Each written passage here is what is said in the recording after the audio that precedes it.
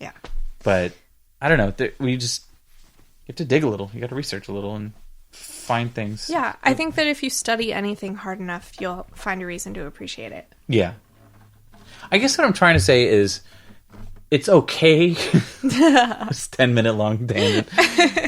It's okay to not write great lyrics right off the bat. No, absolutely, because sometimes it's about more than the lyrics. Yeah. Definitely. And that would be the thing that would shut me down. I have a notebook on my desk filled with songs where the music itself is awesome. I love the chord progressions. I love the strum patterns or the fingerpicking patterns, but the lyrics are not up to the same par as the work I put in the music. And for that reason, because I take the lyrics so seriously, I don't play them. So maybe at that point, that's when you go back to the idea that simplicity is the best. Yeah. And that's when you need just really bare lyrics so that it's not overpowering your musical writing skills. I see. You know, you can, even if it's just one line or one, I'm trying to think of examples of songs that really they don't say much lyrically, you know, but musically what's going on is what's speaking for it. I'm sure we could come up with some. Yeah. I'm going to think about that. I'll send it to you. I'm going to compile a list. So when I'm playing guitar, when I'm playing that finger picking thing, and you just throw out lyrics, how do you do that? What's going through your mind when you do that? I think, you just get a feeling from that. And for me, it's the melody first. So a melodic line comes in, or at least You were humming before you were singing. I was. Yes. Yeah. And then I just kind of, a scary thing to do, but you just let anything come out of your mouth, which is so fun when you're in front of people and, an audience. Sure. It's a little more pressure. Or, or you're being recorded. Or you're being recorded for a podcast. When I'm by myself, sometimes it's completely nonsensical. Not even. I notice that now I felt pressure to kind of poop-a-doop-doop. Almost, yeah. Or just literal words strung together that don't really make much sense. And I noticed that I was kind of overthinking it right now because I wanted it to make sense.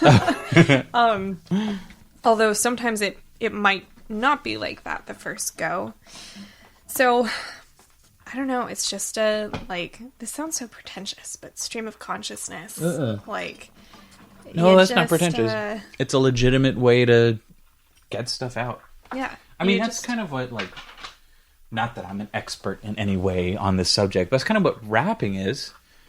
Yeah. The only enemy is stopping. Sure. Just keep going. Don't stop. Say words.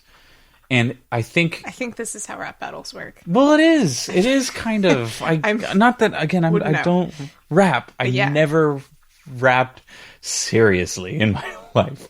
But I hate to think of what rapping unseriously means. Well, right. Jesus. You have to commit, but you also can't stop. Yeah. I think, I have a bit of a background in improvisational comedy. Yeah. And that's the scariest thing is they say, just say the first thing that comes to your head. Mm-hmm. When I was first doing improv, I'm like 14, 15-year-old teenager. And I'm like, you do not want to hear the first thing that comes to my head. I don't want to think about the first thing that comes to my head. And so but you have to be quick on your toes. But part of it is you have to let go of this idea that you're going to be judged for what you say. Yeah, you have to remove your usual filter. Yeah. Definitely. But in comedy, you will be judged for what you say. But, you have to think on the spot. And I think, is it a similar feeling when it comes to reciting lyrics? Yeah, it feels like when you're running a little too fast and you trip on your own feet. Yes. Yeah. Yes. Am I the only total klutz? I actually did that once, and I sprained my ankle, and I couldn't walk for 2 days because I was running after a car to be funny. Are you a dog? No, I'm an idiot. Oh my gosh. No, but when you're like running, when you're a kid and you're running down a hill and like your feet are going a little. Kylie, I was faster than 26 when I did this. This was last January. I know the feeling because it happened so recently. All right, so yes, that's how it feels. Oh, that's a horrible feeling. Yeah, it is. But you go with it. And I mean, like sometimes nothing valuable comes out at all. It's just like, okay, well, we tried. And you either start over or you totally ditch it and go on to something new. Which I think as I'm getting older, I have less patience.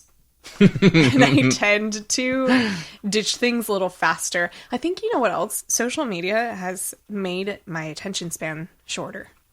Like, we blaming the social media. I am blaming social media that's fair. because we're consuming information in like smaller snippets. It's instant gratification. Yeah. Yeah. And when you're scrolling through Instagram, you're seeing things, Rapidly.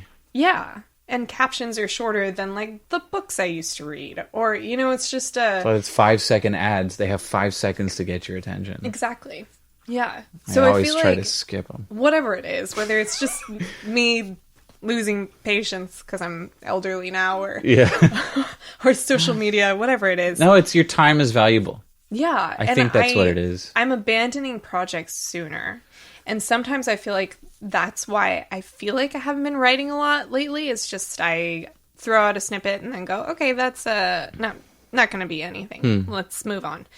But also I think there's value to it in like not forcing myself to run with ideas that I know aren't going to be up to my standards. Oh, that's experience. So yeah, it is you getting older, but not in a way like old people I don't have patience. No, they just know you just have the experience to know what's going to pan out, what is worth your time. Yeah. That's a good thing.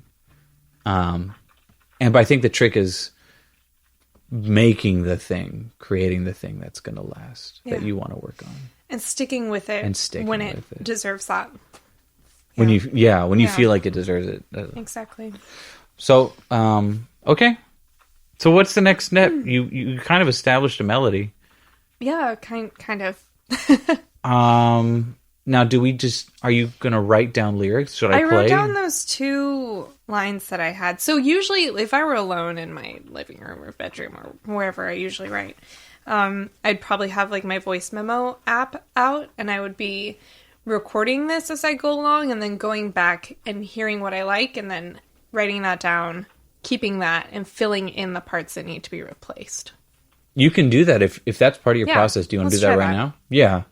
Just a disclaimer to the listeners. I will probably be cutting out the moments where we're replaying for the sake of time. So we'll do the process. She'll be recording. And then when we need to go back, I do this with every show. I cut out the writing, the physical writing, not the we're tossing ideas. That's all recorded. I cut that out. No one wants to hear pencil scratching on paper while we drive to work or work around the house. So I think it's fair to assume there's some editing that goes on. But full disclosure, the songs do get written in about 45 minutes, even with the writing. So would it be cheating and or annoying to go back and hear what we did? No, you can do that for sure. Just got to pause it. All right, pause.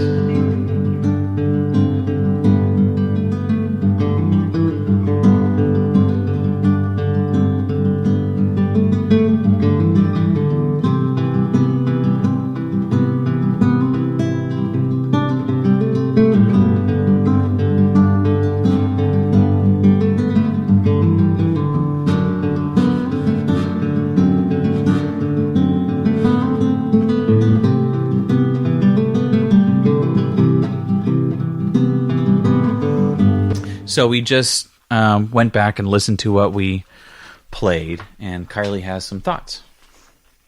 I like the melody. I'm gonna throw out most of what I actually said because it was mostly nonsense. But I did like that one line. Although I'm noticing that I wrote it down differently than what I actually did. When I remembered it, I wrote, I've been so many places, seen so many faces too. And what I actually sang the first time was, I've seen so many different what was it? Places. Seen so many different faces, so many places too. So I feel like this one actually flows better, the one that I wrote down. Okay, not the original one you sang. Right, but the way that I misremembered it. I see. Yeah. No, I fixed it. And I fixed it when I wrote it down. We fixed it in post. Exactly. All right, would you like me to keep playing? I should write down these chords. It's simple, though, so it's in the key of G major. Okay. G Ionian for you modal people. Let's see, it's just a 1, 4, and 5 progression. Awesome. Told you, simplicity. And I know, it's great.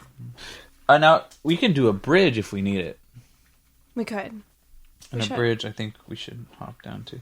I mean, we'll see. We'll see what we get there. Okay. I'll mess around with it. Yeah. I also feel like, so this is less of a, like verse chorus situation, and it's kind of just like a one stanza that kind of has a little ending. It's not like there's a big chorus, right? Yeah. And I like that. That's totally valid. Yeah. I don't believe in a set formula for a song.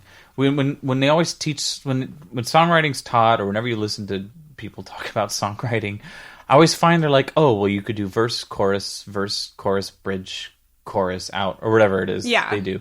A, B, C. I'm like, yeah, you can do that, but you don't have to do that.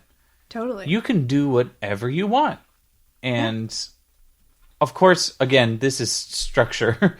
For people learning how to write songs, that type of structure is important. Right. But I'm the one learning.